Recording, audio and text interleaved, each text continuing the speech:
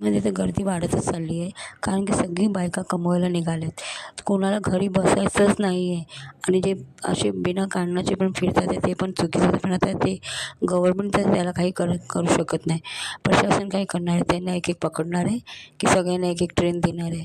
पण या बायकांना बापरे! एवढं म्हणजे विचित्रपणा करतात ना की काही सांगताच येत नाही. तेच त्यांना वाटतं फक्त तेच कमवायला जातात. बाकीचे बायका कामाला जात नाही. अरे तुमच्याच एरियामध्ये कामाला बसा ना जरा. तुम्हाला वेळ पण भेटेल, 2 पैसे पण तुमचे वाचतील.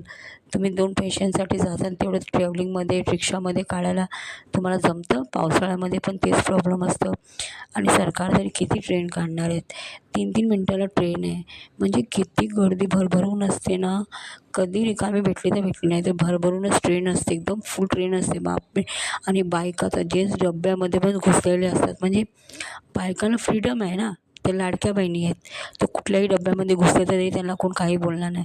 पण पुरुषांना फक्त पुरुषांच्या डब्यामध्येच असावं लागतं. पण हे पण एक चुकीचंच आहे. मग ते त्यांची गर्दी वाढते, बायकांमुळे पण त्यांची गर्दी वाढते. कोण गर्लफ्रेंडला घेऊन घुसतो आतमध्ये आणि पण त्यांना धक्का लागला की त्याच्यामध्ये मग त्यांचं भांडणं होतात.